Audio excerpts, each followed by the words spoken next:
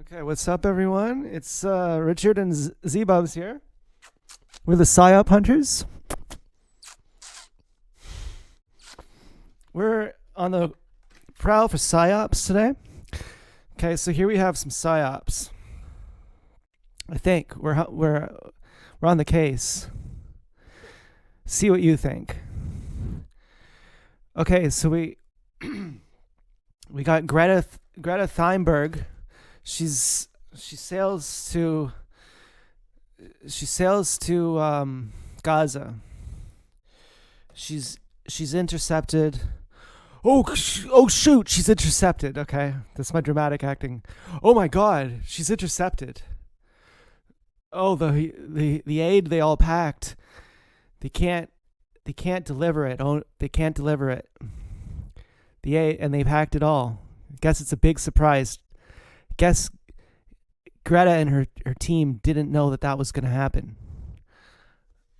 I guess that they're surprised right now that they've been taken into custody and they're going to be sent home, and that their ship bringing humanitarian aid, it's not going to be allowed to bring the humanitarian aid. I guess they're pretty shocked. I guess there's a look of shock in her face. I guess she's going, "Oh, I'm really shocked. I wasn't planning on that."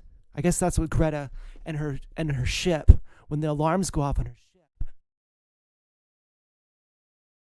Expecting that.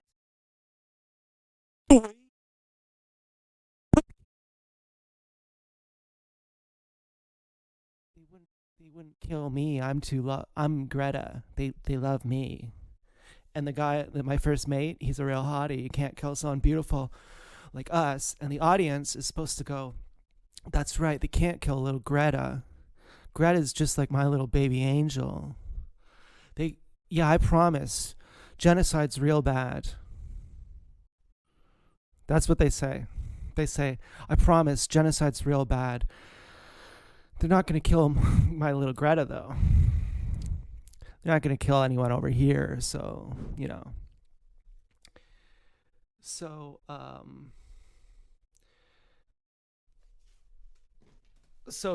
maybe that's a little cynical. Greta would probably say, "No, we're demonstrating that they're gonna do this, so we can have it on the books. We're making it nice and picturesque, so we can have it on the books." But why is she acting too? I don't buy it. She wants to say, "We're gonna go get caught, get turned around using their force. They're gonna essentially stop us at gunpoint and turn us around, but we're gonna make them do it. We're gonna pack all this food up here and all these cameras, and we're gonna make them do it to prove that it's a war crime," as if that has anything to do with anything. As if people are suddenly going to have an epiphany that, oh, it's Greta or something. Maybe it's a little cynical of me to think, if Greta is willing to act like it's a surprise that she's having her ship pulled over, that she's part of the Psyop, and that her job is to buffer out the shock of genocide and to have people say, "Well, it's not going to happen to Greta, so we're fine." That's what it feels like. If it was a Psyop, that would be the intended goal. "Oh, genocide's really bad, but it doesn't happen to me. But it's really bad. Oh yeah, it's terrible. Even my granddaughter Greta thinks so, but she's fine." The genocide people, they let her go. So we're all cool here. Okay, we're all cool. And then we got these guys, these due dissidents guys. These are guys who will tell you that if they were political, they'd have 1 million subscribers. They just breached 100,000 subscribers. These are two lowly Jews who can't even afford Gatorade, as they would call themselves. They're here to report the stunning act of bravery done by Greta Thunberg, and how well she's doing for the world to to end the genocide at her own cost, at her own risk. She's taking her own risk to do method acting, to act out a scene of being surprised, getting caught for you, so that you could say, oh, genocide's bad. Ooh, it stings. Ah, really stings. Really stings. Thanks, Greta. You know who feels the sting more than anyone? It's that Greta, man. Okay, and I kind of feel like in that Maud Lewis movie with that crippled woman and that simpleton. Maud, she's just been punched in the face, and she, with her retarded hand that she knows is retarded, she starts painting a flower that anyone looking at it would say that looks like a retard drew it. And Maud has just been kicked out of her house by her own family. She's went somewhere else where that guy was going to kick her out. She's pretty much on the streets or with some guy who's going to punch her in the face. And she's drawing a picture, and she's 49. She's in her 40s or 50s. She's drawing a picture that looks like a child drew it. She has no artistic skill. She's crippled. She's just been punched in the face, and she hasn't even wiped the blood off her mouth. She's not even picked.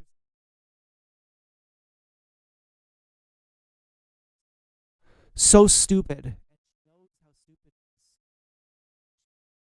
Connected to that's innocent about her. It's not even to her family.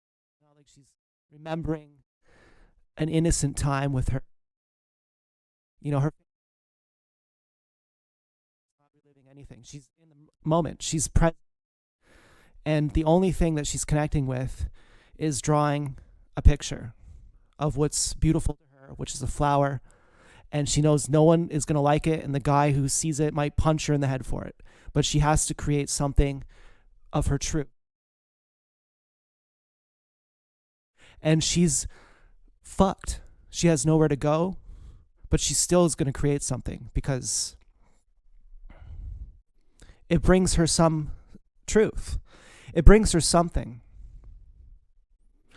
And then we have the rich New Yorker who sees her paintings and doesn't belittle her and says, Maud, I see you and I want to pay you as an equal. Okay, I'm not going to view you as some retard. In this story, we're going to turn you into the hero. No one valued you. They threw rocks at you. I'm going to value your art, and I'm going to value you, and I'm not placating you. And I can tell that you can tell that I'm not placating you. And I'm going to take your art seriously. Now, right there, that's where the psyop happens, because they'll fuck you. And even these super romantic La La Land movies where it's just they hit all the boxes and you're just like, oh man, they just know. They're fucking psyoping you. I think that psyop is basically, and I have to check with Richard on this. Now, if you think that a cat has seen a lot more shit than you have, if you really think about it, okay, a cat has a lot more perspective in a way than you do, and that I do. It was like in this Maud Ethan Hawke movie, the woman is coming down from New York, this rich woman, going to pay Maud. Maud is probably a famous artist by this point. Probably this movie was about some famous artist. And it's going to redeem her. No one was looking out for her.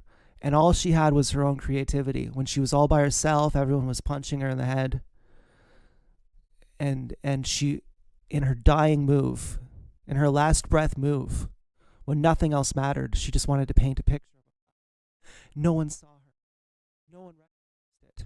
But then the powerful woman sees Maud, rescues her, takes her out of that horror, gives her gives her celebrity, gives her, she's not just some crippled, she's distinguished. She, that's just like a man walking with a cane. She's someone. That's Maud, god damn it. That's Maud.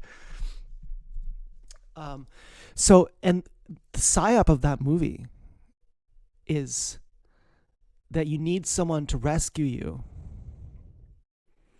and that your validity as an artist isn't even real unless someone sees it. The horror, the tragic part of this story would be the part that you're supposed to go, oh, I'm so happy it worked out for her.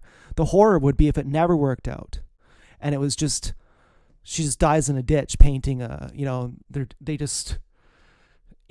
she's painting a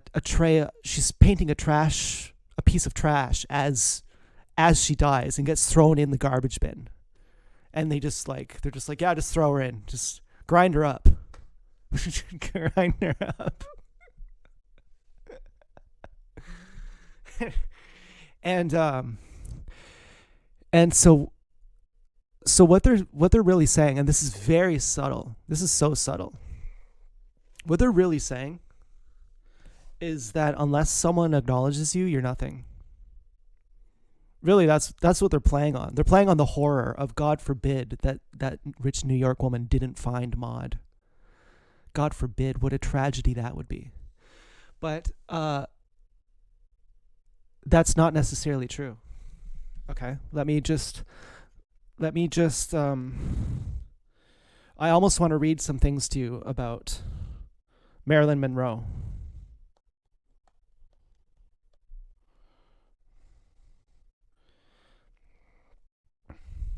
Okay, so we're gonna read something by Osho. One of the most famous actresses, Marilyn Monroe, committed suicide, and psychoanalysts have been brooding on the reason why. She was one of the most beautiful women ever, one of the most successful. Even the president of America, Kennedy, was in love with her, and she had thousands of lovers. One cannot think of what more you could have. She had everything. She was an institution. Wait, I skipped ahead a little bit. But she was public, and she knew it. Even in her love chamber with President Kennedy, she addressed him as Mr. President. And she was not making love to a man, but to an institution.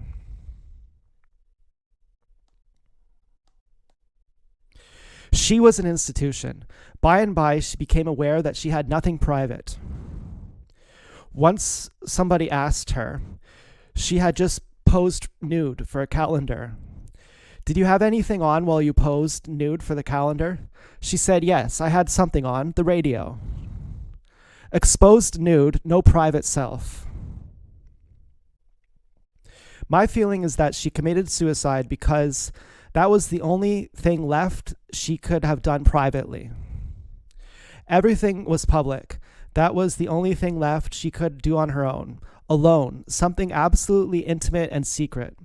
Public figures are always tempted towards suicide because only through suicide can they have a glimpse of who they are. All that is beautiful is inner, and the inner means privacy. Have you ever watched women making love? They always close their eyes. They know something. In darkness, everything else disappears because you cannot see. Only you and the senses are there. That's why in all good restaurants, light is avoided. Sharp light is avoided. They are all candle lit. Whenever a restaurant is candle lit, taste is deeper. You eat well and you taste more. The fragrance surrounds you. If there is very bright light, the taste is no longer there. The eyes make everything public. Go in so that your coming out becomes richer and not so impoverished. And always remember that whenever you feel exhausted, the source of energy is within. Close your eyes and go in. Make outer relationships. Of course, they are bound to be outer relationships. You move in the world, business relationships will be there, but you should not be at all. But they should not be all. Okay, but they should not be all. They have their part to play, but there must be something absolutely secret, private, something that you call all your own. Make inner relationships also. And I kind of have that. Like there's some people who I have like secrets from, but it's only between us, if that makes sense. Like there's a girl right now and who sometimes watches my videos at least, and I trust her 100%. And that's pretty cool. That's actually like really significant. That I trust someone 100%, that's pretty significant. But I don't tell her who she is. I keep it a secret from her. And that same girl, I watched her before she even subscribed to me. And I had seen her commenting on other people's videos. And I was like, why isn't she commenting on mine? Hasn't she seen mine? Because I know she's real. And if she doesn't know I'm real, then, I mean, there has to be something. Then finally she found me and I was like, that's finally it. But I never told her that I've already seen her videos, or at least one of them. I never told her that I trust her completely. And that if I had to trust anyone completely, I trust her completely. I never told her that. That's a secret between me and her. And, like I could tell her that, but I'm keeping a secret,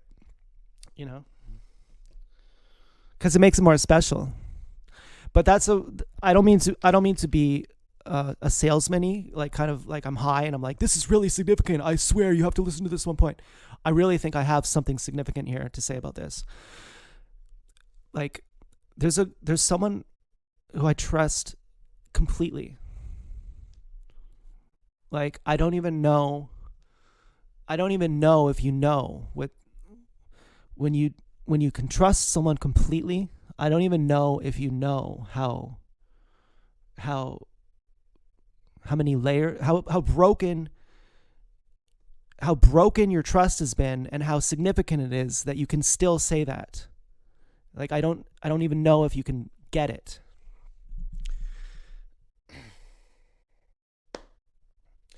Anyways, so the Psyop is basically the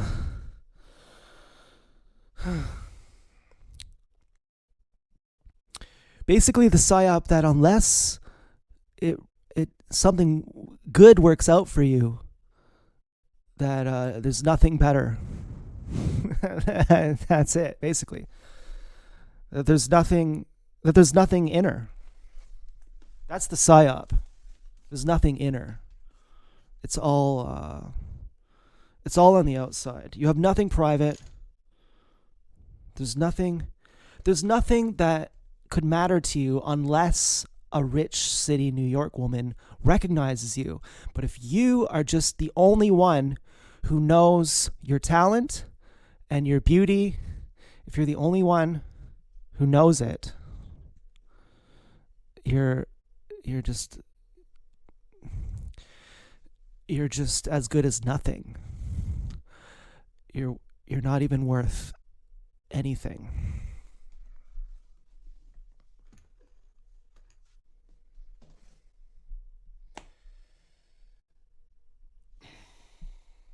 That's the Psyop, that you're not good enough on your own. And once you say it like that, then it's too vague and it doesn't mean anything. But at some point, the complete vagueness of the Psyop translates to exactly that. And by yourself, you're nothing. And you're nothing on your own. And it sounds really pretty. Like, yeah, exactly, because you don't want to be a narcissist, right? Yeah. No, because we can work in teams, so we can get things done, and you only know what love is when someone else loves you, And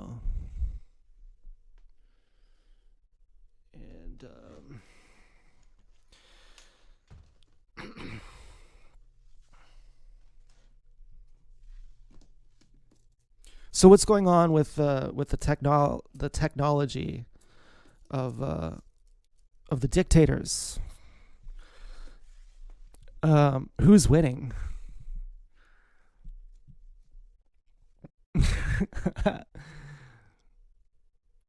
I don't know.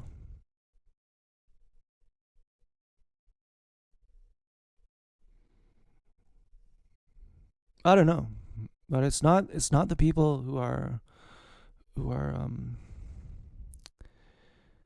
who are causing trouble. They're not winning.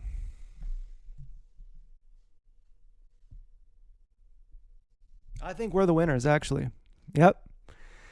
I was really wondering. I was starting to think, who are the winners? It's us. We're the winners. Congratulations. We have a cat. Here's the prize.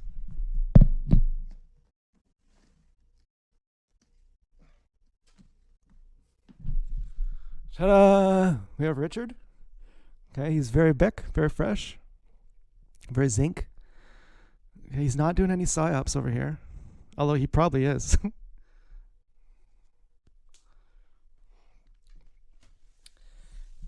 Yeah. Uh, and I ate some buttered chicken tonight. That was pretty good. I fried some onions. I put some almond milk in it. Got my battery bank working for my GoPro. Thinking about ordering some things on eBay that I can't afford. Thinking about doing a water fast. Keep thinking about jacking off, but not really. Not in a questioning. Maybe I should do it, but just feeling very depersonalized. Very very depersonalized, especially from my sexuality.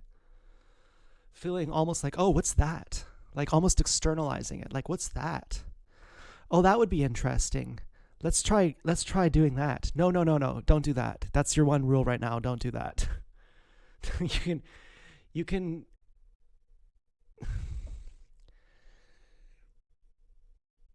you cannot do that. It's because you are fucking there. It's because you're a fucking mod. Like you're by yourself. It's gonna just bring you down, dude. It's gonna bring you down. That's why. It's not because you might not get noticed by a rich New York woman who might make you famous. It's because you know because it's a goddamn waste. It's a goddamn waste. And I have a feeling that I might be a real hot guy for real. I have a fucking feeling of it. Like, my proportions are pretty good. I have a feeling for real that if things were not fucked up, I would be like, I would be fucking, I would be fucking cool. I'm pretty sure. I'm pretty sure I'm just going to go right out and say it. I'm pretty sure that if things were not fucked up, I would straight up have a whole life that's fucking zankin'. I would have fucking luxury. And that would be normal. That would be normal. I would have companionship. Now there are three parts of your mind: unconscious, conscious, and superconscious are one. And the dominant factor will remain the superconscious. Now it is possible with this energy to penetrate into the collective unconscious. It will still be difficult, but it is possible. The easier way would be to enter first into the collective conscious with this energy. Once the collective conscious opens its doors, the collective unconscious is very easy. Before the higher, the lower loses all power. As the master comes in, the servant immediately recognizes where he belongs. With the collective unconscious and the collective conscious joining together, you have really a great power of alertness, of awareness that you have never felt before. You can directly approach the cosmic unconscious. It is going to be difficult, but possible. My suggestion is, why unnecessarily go the hard way? That's why I say my way is the lazy man's way to enlightenment. When you can go more easily without any conflict, then there is no need to create an unnecessary fight. Go first to the cosmic conscious. once you have reached there, you have so much power that the cosmic unconscious will open its doors, will open its own doors. The very weight of your consciousness now is so much, the very energy is so much that the cosmic unconscious cannot remain closed.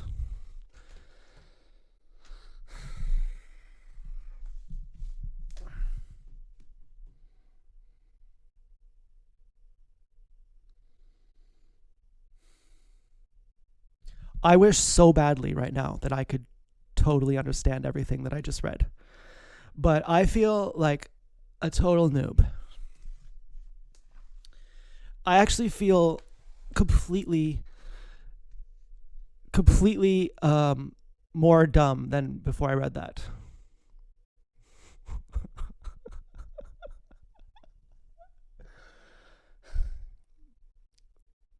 And I feel embarrassed.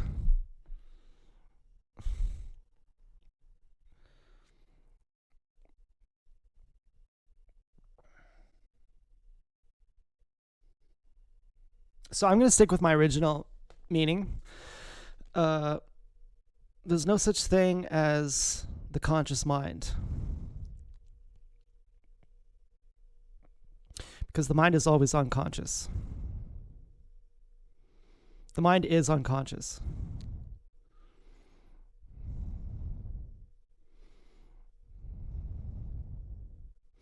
Well, this is just semantics now, basically.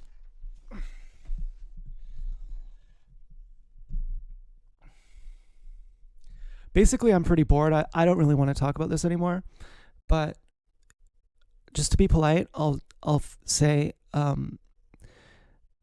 think that consciousness is something different than the mind. That's basically all I'm adding. That's the only thing I have to say. Consciousness and the mind are not the same thing.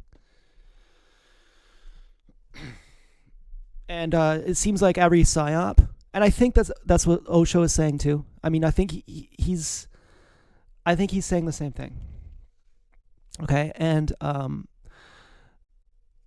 fucking the only psyop really is that consciousness and the mind are the same thing. And they don't want you to know that that's not the case. Because if you know that that's not the case, then you'll think for yourself and then you won't be controlled. And you are, after all, a slave. You've been a slave for centuries. So is everyone you know. You're just you're a thoroughbred. You're just cattle. You've been a slave. Everyone you know has been a slave for. You don't know the names of the people who own you, obviously. By the time you know their name, they're just a bystander. By the time you know their name, they're just a bystander. You don't know the names of the people who've owned you forever. Everyone you know is a slave. You're not allowed to think for yourself. You're allowed to know that it's all a psyop, but that has to sit well with you. If it doesn't sit well with you,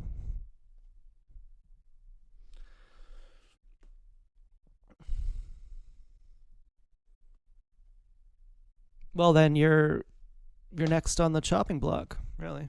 Then you're food. Then you're food for the cannibal machine. That's it. Then you're food. Then you're food for the cannibal machine.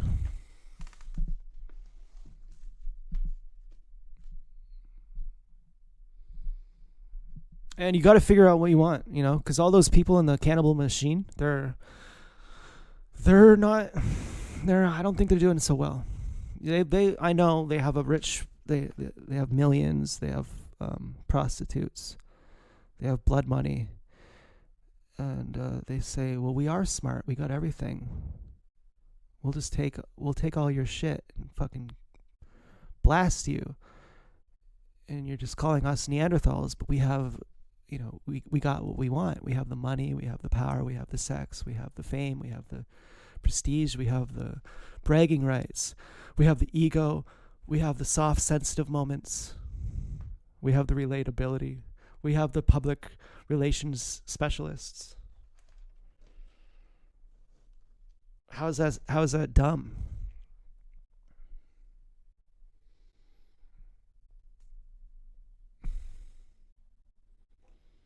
Like, we care that some loser is just talking shit about us? Like, we even care? Yeah, well, apparently, apparently you do. Apparently you do. Apparently you do. Apparently, you know,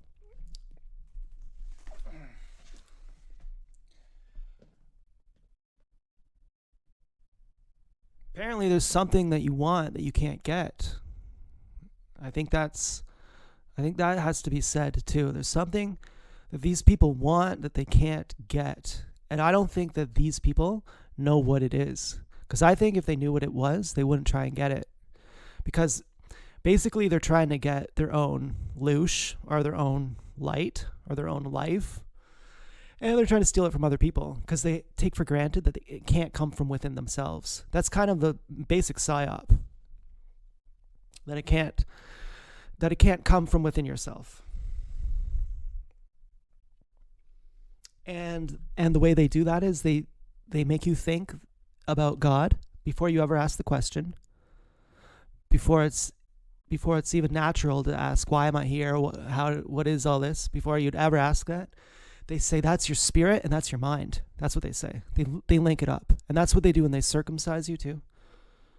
They're linking it up. When you torture someone, they're saying your spirit is your mind, your spirit is your body. That's what they're saying.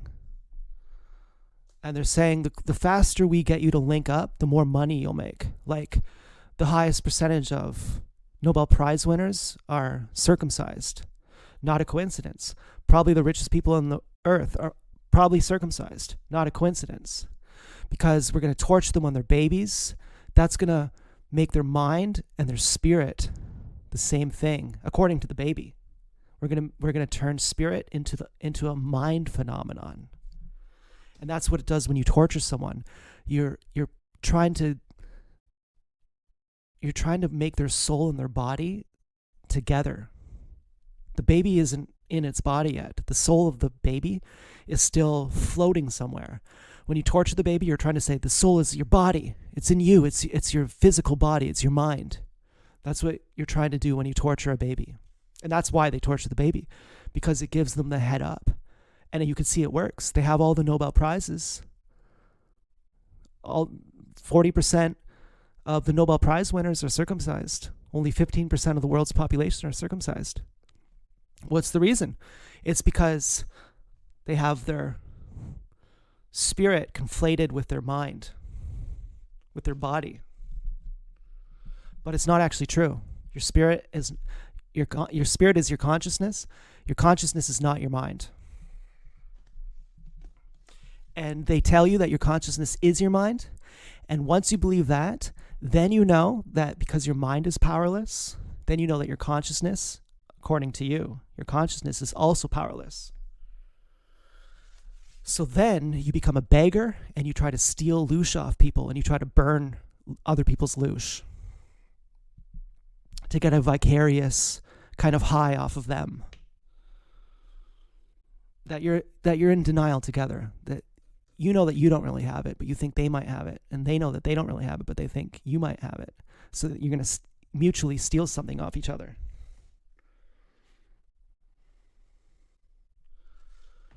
Because you both think that your loosh comes from your mind, which it doesn't. And once you think that your loosh comes from your mind, and it doesn't, then you're basically a con. Then you're just, everything you do is wrong, everything you do is a failure. But everyone else is a failure too. Everyone else is in the same boat as you. Everyone else is in the same boat as you. You could be validated. Some people would probably be very validated hearing things that common people believed just 50 years ago. And 100 years, and only 70 years ago, they would dip slugs into their eyeballs and gouge their eyes out and chant like this. And then they thought it would rain.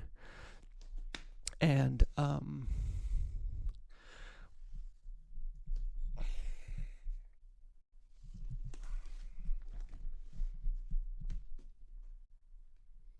And these people are fucking stupid, dude.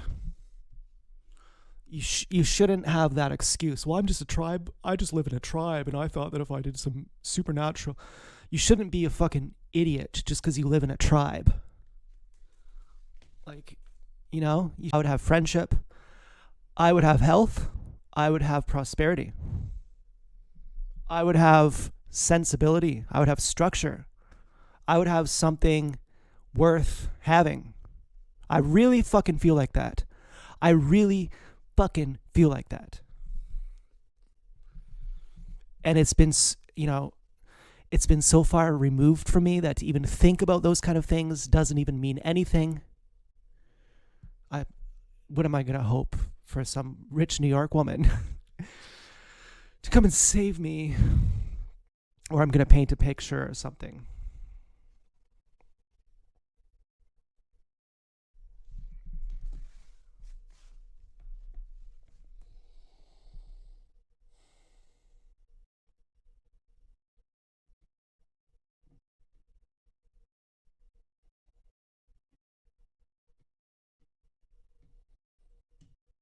No, I don't hope for that. I do recognize that things could be a lot better, but I can still make things as good as I can for myself too. And that's the best I could do to have a life with other people as well too. So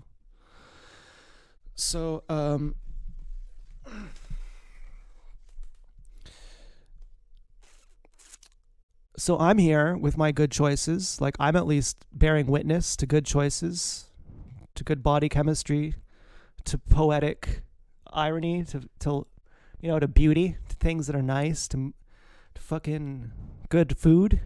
I mean, I cooked my rice so good today. I can't even look at you right now. I can't even look at you to tell you how good this rice was. If you cook your rice even 10 seconds too short or too long, it's just not the same. It's like really something to cook your rice perfect. That's something. And then I fried a bunch of onions, and butter chicken was okay. It wasn't the best. And when you're high too, you feel like there's something else besides eating that's almost like better. And you want to get in on that. And that's kind of where the realm of water fasting and fruit comes in.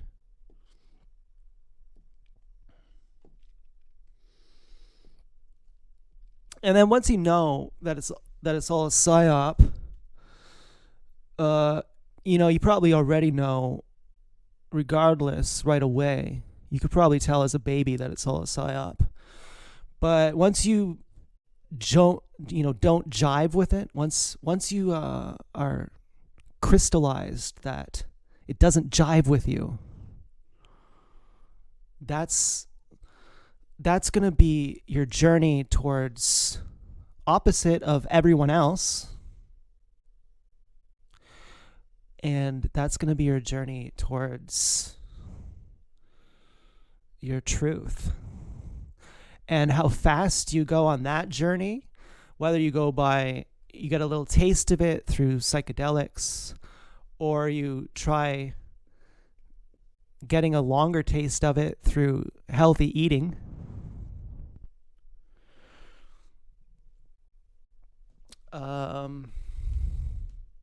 That's up to you how fast you go. Whether you just want to get a taste of it, just enough to know it's real, just so you could forget it and just go back to pretending like you don't know. Just never turn back. Never, just run away from it.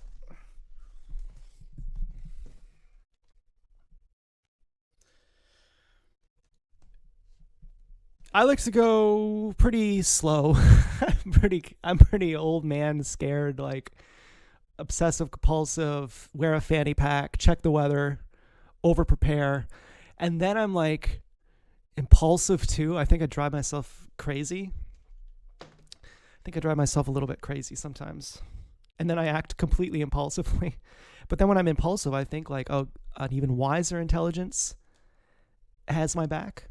Like it's like my unconscious intelligence, which is even more intelligent than my conscious intelligence. And then what's more intelligent than my conscious and my unconscious is my super consciousness.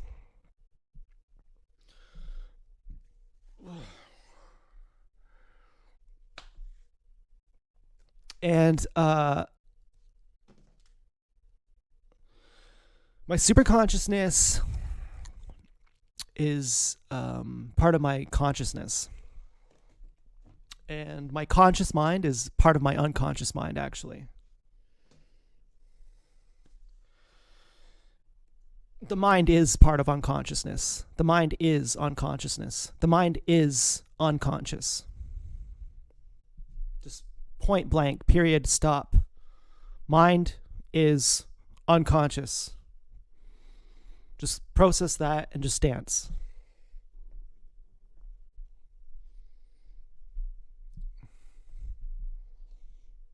Now you should have some music. I have music on, remember. Self-care. If you're just watching me, you don't have music, that might be boring for you, so you should put on some music too.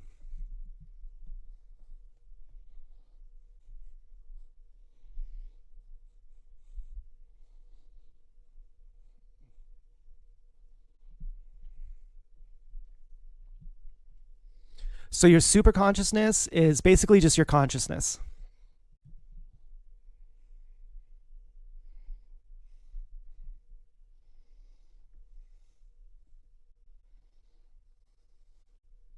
I mean, according to me, like, I don't. Yeah, you want to hear? You want to know where I heard the term? Sure, I'll show you. Oh, you'll be sorry when you ask. You'll wish you didn't ask for this.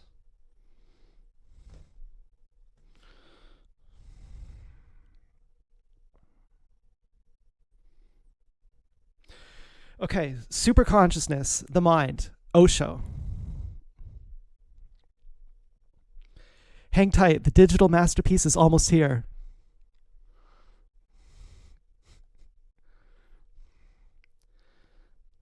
Oh, great. Fetching the awesome. One moment, please. What? It didn't fetch what I wanted it to.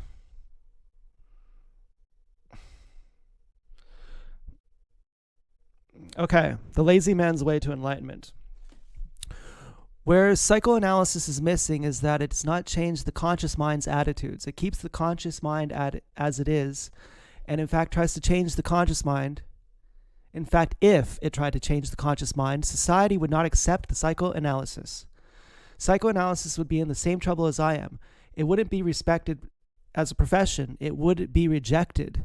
And the church would do the same with psychoanalysis as it has done with witches. It will burn them alive. Okay, here's the point I want to make. All this bullshit that's happening to us is religious people doing it. Because it's like the Freemasons, apparently. Now, there's this one guy I watch, Richard USA GSA, and he has a song that I think references the Freemasons. And I believe that Richard USA GSA is a real person. Like, I believe he's not a gang stalker. He's not a psyop. But yet he has a song that seems to be paying respect to gang stalkers. I've never heard Richard talk about Freemasons. Does that mean that he thinks that Freemasons are not gang stalkers? Does that mean that Freemasons are not gang stalkers? I don't know.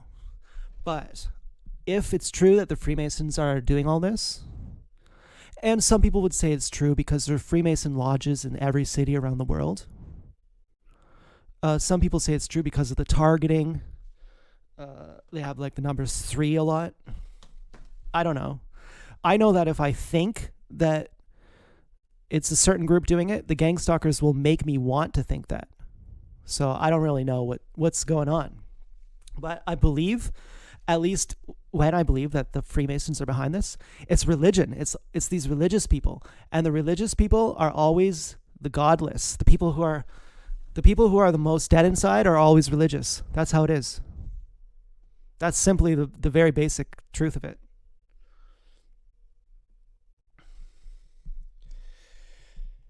So it's just a bunch of religious nut jobs doing this to us, probably.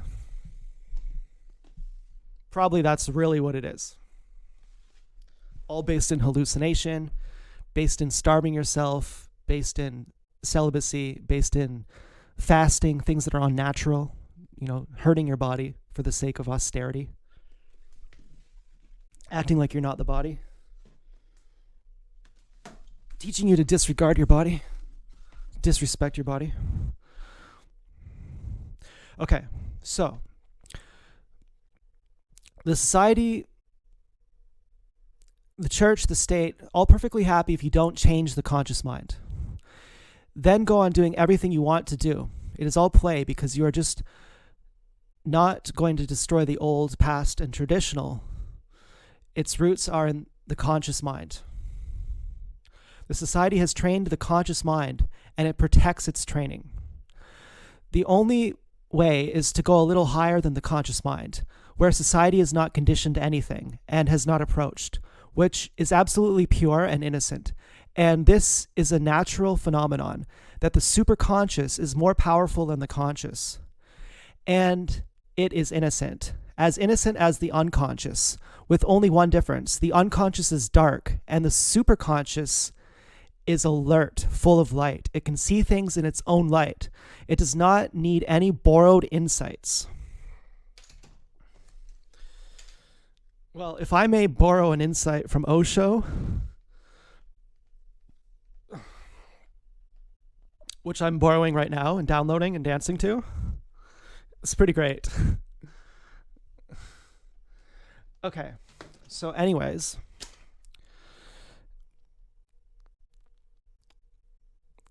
so the only possibility of creating a new psychoanalysis is to bring the superconscious in. Then the conscious mind cannot do anything. The superconscious mind can relieve the conscious mind of its conditionings. It can allow the unconscious mind to release through the conscious all its repressed contents. And the miracle is that the moment the unconscious mind has released all its contents, it loses darkness. It's no longer unconscious. Then you have a great energy which is conscious. You shouldn't be like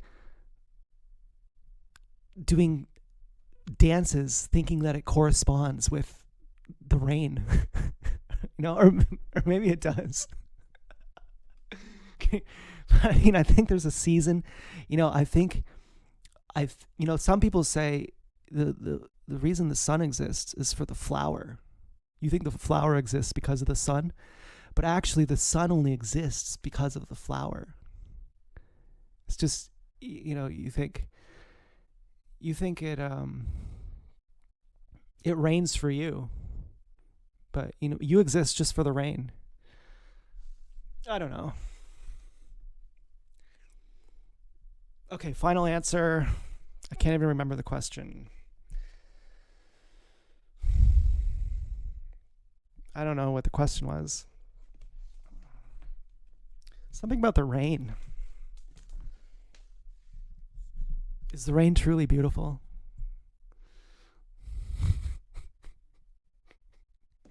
Yes. Yes, it is.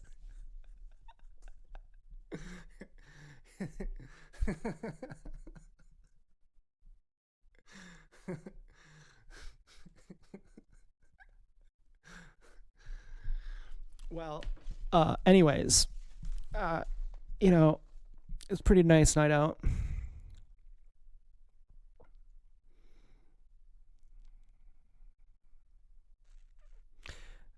Hope that you're fucking, hope you're something, or, I don't know, fucking